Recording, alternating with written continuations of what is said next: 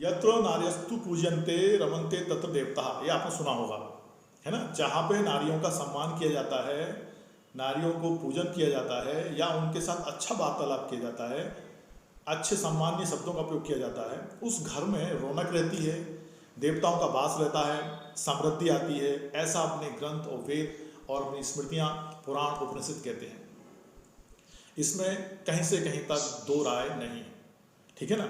अब देखने लायक बात यह है, जो वो माताएं बहनें जो हमारे जीवन सारी खुशियाँ लेके आती हैं, उपेक्षित वो पड़ी रहेंगी। तो आपको समझने वाली बात यह है कि जिस घर परिवार में माताएं बहनें पढ़ी लिखी हुई नहीं हैं, शिक्षित नहीं हैं, तो उनमें पढ़ाई के महत्व को वो नहीं समझ पाएंगे। एक पढ़ी लिखी माँ जितने अच्छे तरीके से अपने बच्चे को परवरिश कर सकती है, उसको पढ़ा लिखा सकती है, पढ़ाई के महत्व को समझ सकती है, वो एक अनपढ़ माँ जिसने पढ़ाई नहीं की है, वो उसके महत्व को कम जान पाएगी, कम समझ पाएगी। हालांकि वो भी इसलिए समझ पाती है क्योंकि उसको यह अनुभव होता है कि शायद उसके साथ ऐसा हुआ है ना, जिसके कारण वो इतनी दबी और पिछड़ी हुई है और लोग उसका सम्मान नहीं करते। अच्छा, हमारे जो संस्कार हैं, हिंदू संस्कृति है या हिंदू विश्व है, भारत विश्व है, जो भारत है अपना, इस भारत में माताओं बहनों का विशेष सम्मान है। यहाँ पे काली माँ, दुर्गा माँ और नवरात्र हम मनाते हैं, और नवरात्र मनाने का यही कारण है कि वो शक्ति के रूप में, माँ के रूप में वो जानी जाती है।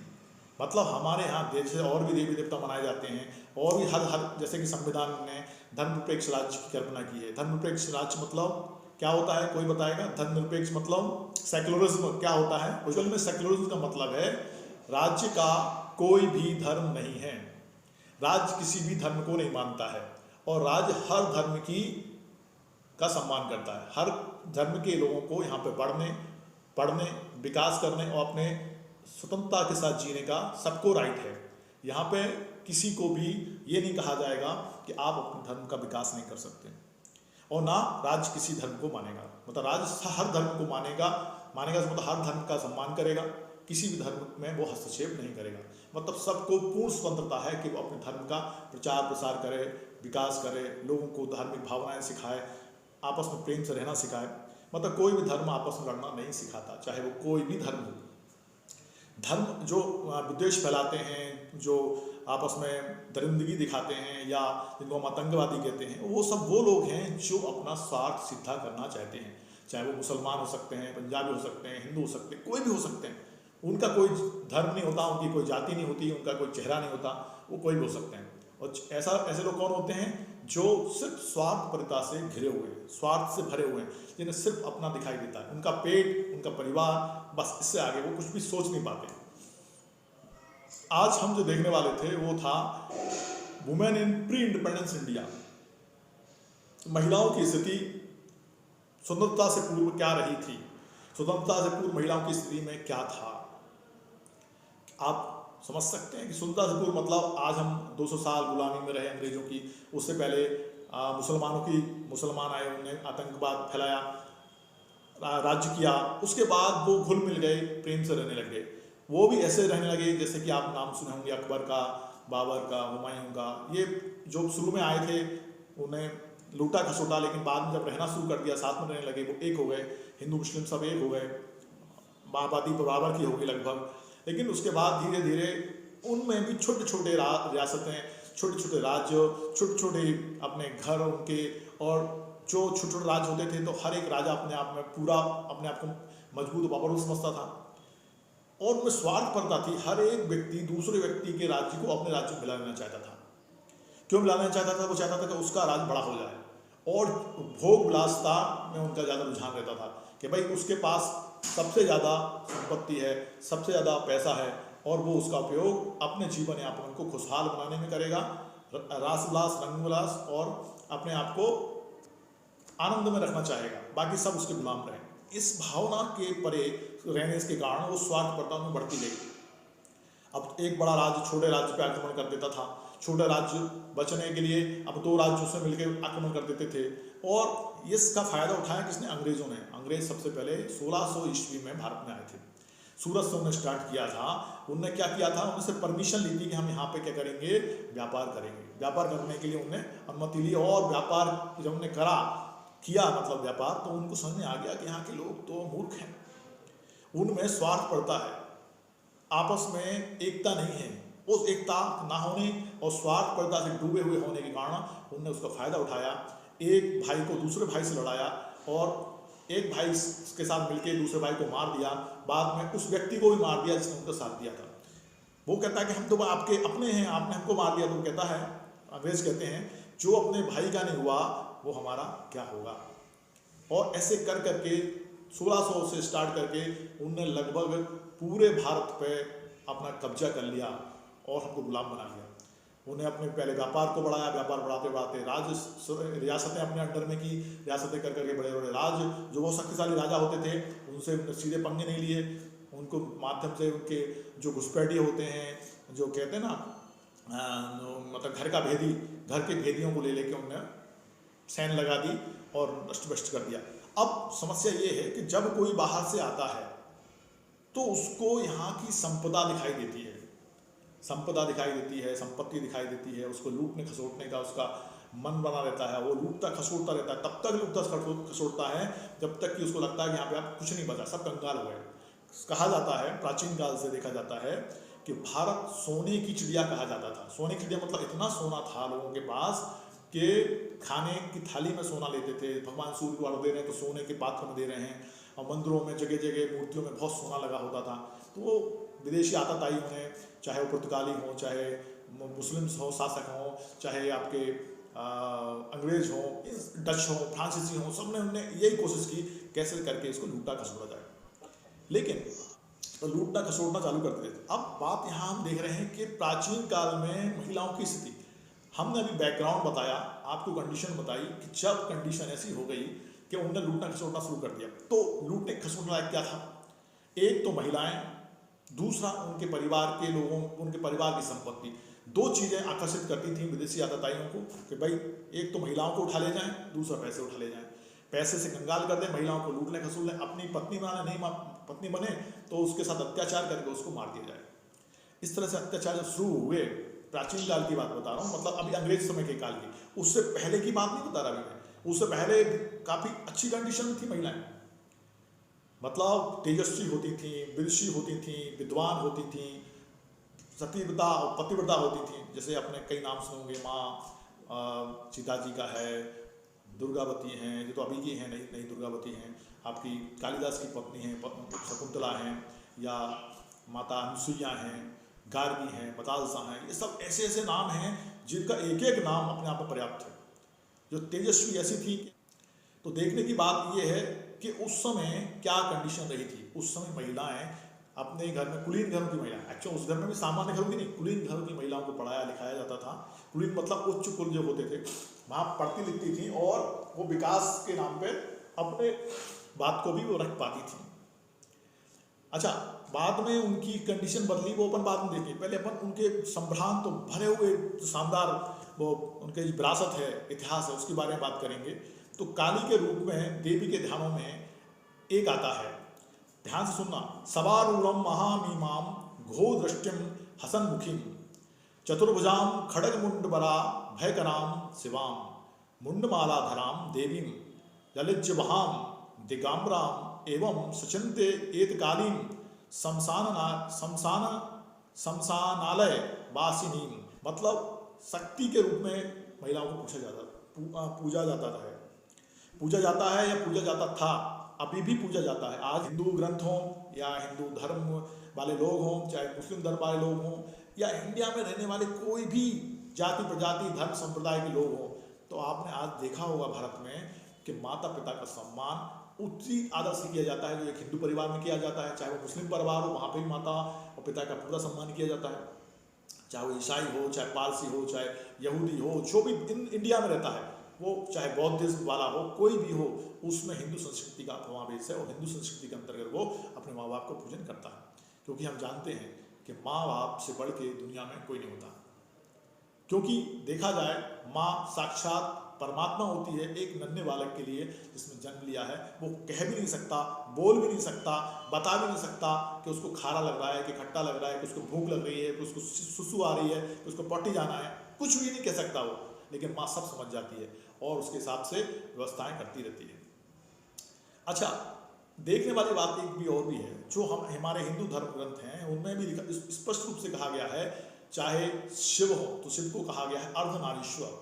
अर्धनारीश्वर मतलब आधा शरीर है नारी का और आधा शरीर है शिव नर का, मतलब अर्धनारीश्वर मतलब आधी सत्ता पुरुष की है और आधी सत्ता महिलाओं की है।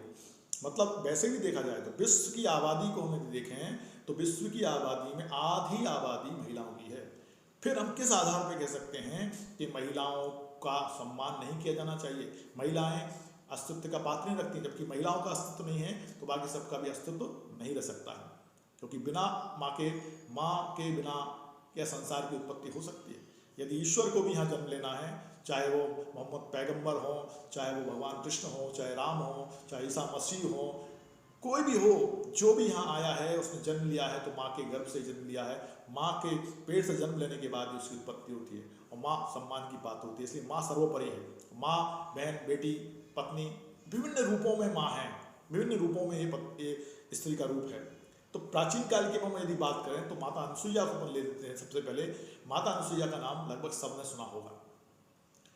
माता अनुसुईया सती सावित्री कहलाती हैं। सती सावित्री मतलब अपने पति के अलावा वे किसी के बारे में कोई चिंतन नहीं करती, इवन आंख उठा के भी उन्हें कभी नहीं देखा।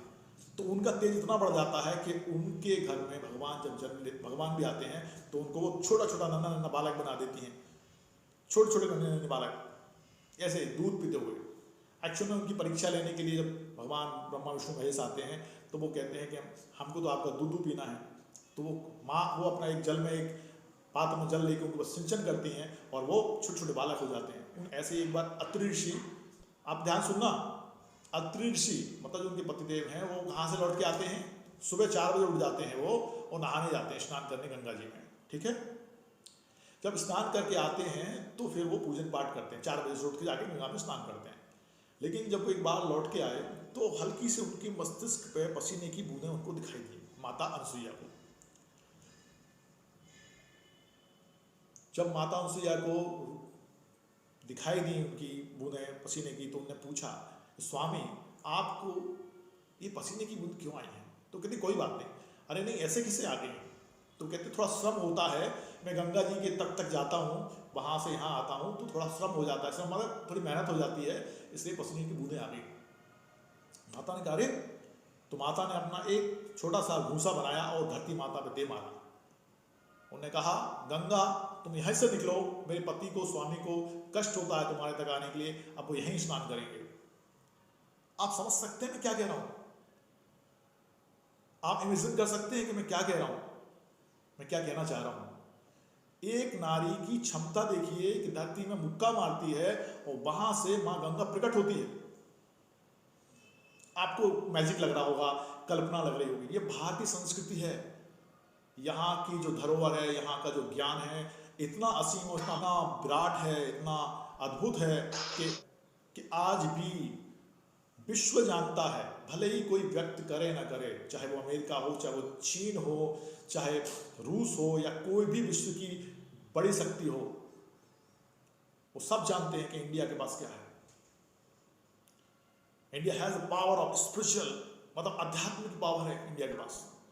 जो आध्यात्मवाद है वो भारत में है। यहाँ के ऋषि मुनियों की शरण में विदेशी आते रहते हैं, ज्ञान पाने के लिए आते रहते हैं, इतने भौतिकवादी युग में भी। और हम जो हैं पाश्चात्य सभ्यता की ओर भागे जा रहे हैं। आज देखो अमेरिका में संस्कृत के श्लोक पढ़ाए जा रहे हैं, वहां पे कक्षाएं ली जा रही हैं। तो विदेशी भी आज भी भारत में जो थोड़ा सा ज्ञान उनको मिला है उसके आधार पे वो भारत में आके संपूर्ण ज्ञान पाना चाहते हैं। चाहे चाइना हो, है ना, चाहे वो अमेरिका हो, आज वहाँ पे संस्कृत के श्लोक पढ़ाए जा रहे हैं और धार्मिक संस्कृति को बढ़ावा दिया जा रहा है ताकि वो भारत के ज्ञान को समझ सकें। रविन्द्रनाथ टैगोर एक बार गए थे अमेरिका, तो जब उनको थोड़ा खाली समय मिला तो उन्होंने कहा वहाँ के सबसे बड़ी लाइब्रेरी यहाँ की कौन सी है?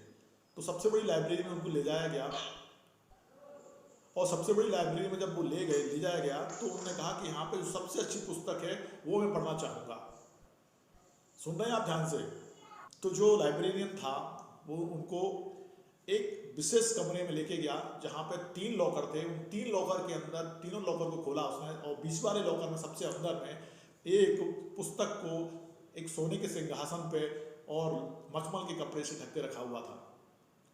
तो उसको वो निकालने जा रहा था, तब तक रविन्द्रनाथ टैगोर मन में सोच रहे थे कि जरूर इनकी बाइबल होगी या कोई ईसा मसीह की कोई पुस्तक होगी। जब उसको उन्होंने खोला और उसका वो हटाया है मखमल का वो चद्दर या जिसे कवर किया था, उसके अंदर लिखा था श्रीमद् भगवत गीता।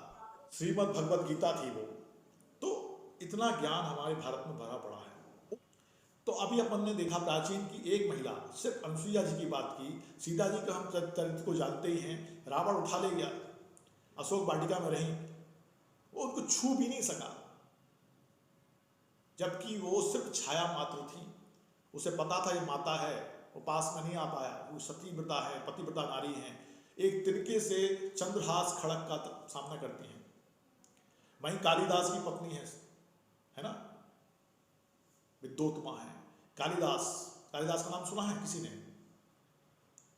कालिदास जी का नाम सुना है?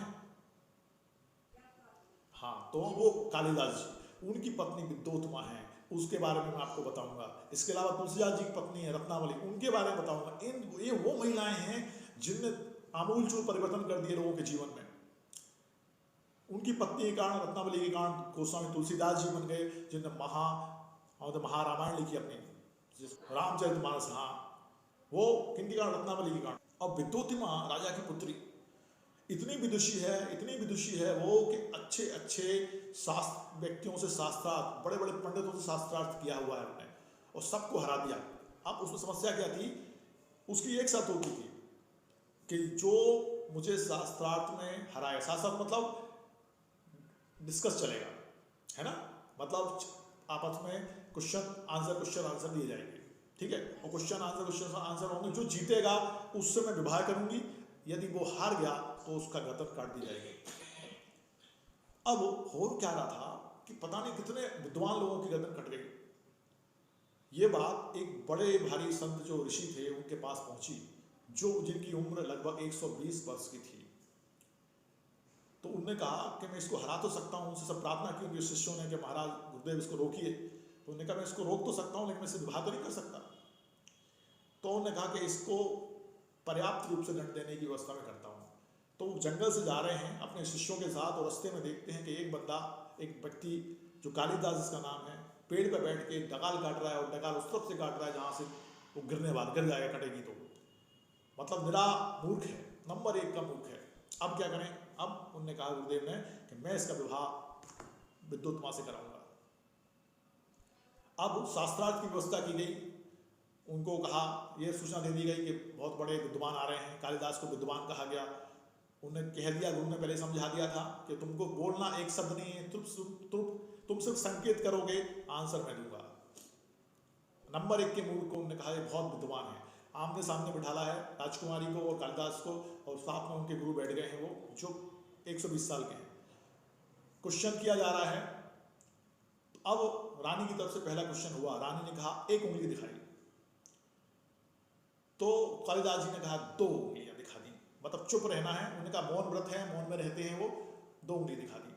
तो रानी डर गई। एक्चुअल में उन्होंने क्या समझा कालिदास ने कि ये कह रही है मैं तुम्हारी 1 आंख फोड़ दूंगी। तो कालिदास कहते हैं मैं तेरी 2 फोड़ दूंगा, ठीक है। तो अब उसने कहा ये क्या मतलब है? तो उन्होंने कहा कि ईश्वर एक है। तो वो कह रहे हैं ईश्वर और जीव 2 है। हाँ बिल्कुल सही है। अगला क्वेश्चन था, हालांकि क्वेश्चन बहुत सारे होंगे तो कुछ शॉर्ट में बता रहा हूं मैं। तो दूसरा क्वेश्चन था, उन्होंने 5 उंगलियां दिखाई। किसने? विद्योत्मा ने। तो उन्होंने कहा घूसा मारूंगा, मतलब मन ही मन में कह रहे हैं वो, उन्होंने थप्पड़ मारने की बात कर रही है तो मैं इसको घूसा मारूंगा। तो उन्होंने कहा ये क्या? तो कहते हैं कि शरीर 5 तत्वों से मिलकर बना है, 5 तत्व होते हैं, ऐसा कह रही है। आपने कहा, तो वो कह रहे हैं 5 तत्वों से मिलकर शरीर बनता है। ऐसे करके उन्हें जिता दिया। क्वेश्चन बहुत भी हुए होंगे, उतना ना तो मुझे याद है ना उतना ध्यान रखने लायक है। जाने लायक क्या है कि उसके बाद क्या हुआ कि वो जीत गए और उनका विवाह विद्योत्मा से हो गया। जो श्रृंखला चली आ रही थी विद्वानों को मारने की, वो रुक गई। अब दोनों एक साथ एक कमरे में ऊंचे महल में बैठे हैं। अब उनका मौन तो था ही नहीं, वो तो जबरदस्ती करवाया था। अब बात होती है तो महारानी बड़ा सम्मान कर रही होती है उसकी विद्योत्मा के, वाह आप तो बहुत विद्वान हैं, जब बात होती है तो पता पड़ता है जो नंबर 1 का मूर्ख है। कालिदास की पत्नी विद्योत माँ ने गुस्सा आया उनको तो एक लात मारी उसको पलंग पे से और वो लुढ़कता हुआ जीने से नीचे आ गया। अब भले ही आज भी, आज तो क्या पुराने जमाने में की तो बात अलग है, आज भी पत्नियों पे पति अपना राज्य समझते हैं। पत्नी को बात मानना चाहिए, पानी भर के लाना चाहिए, वो आए तो सम्मान करना चाहिए, खाना परस के देना चाहिए। तो जब लात पड़ी एक महिला की और जो की पत्नी है उस लात मारी को आंखें एकदम चमक गई और एकदम उनका बहरा के जागृत हो गया कि बताओ मैं इतना मूर्ख हूँ कि मेरी पत्नी मुझे लात मार रही है। उन्होंने घर छोड़ दिया, त्याग दिया, साधना की है शिष्य गुरु के पास जाके। इसको पढ़ें, जेंडर जस्टिस को अपने प्राचीन काल में जो स्थिति है महिलाओं की उसको पढ़ डालें। बहुत कुछ पढ़ने के लिए पढ़ सकते हैं, आप पढ़ें, पूरा पढ़ डालें और जितना पढ़ सकते हैं उतना पढ़ें। रामायण पढ़ें, भागवत गीता पढ़ें, कोई भी धर्म ग्रंथ पढ़ें, कुछ भी पढ़ें जहाँ आपको लगता है कि महिलाओं से संबंधित मिलेगा और आपको हर जगह कुछ ना कुछ मिलेगा। ठीक है, तो अपन आगे और भी इनके बारे में चर्चा करते रहेंगे, महिलाओं के बारे में, जो कि women in pre independence India की बात कर रहे हैं अपन। उसके बाद स्थिति खराब होती हो जाएगी, उसके बारे में बात करेंगे। ठीक है, तो good day, have a nice day, thank you to all.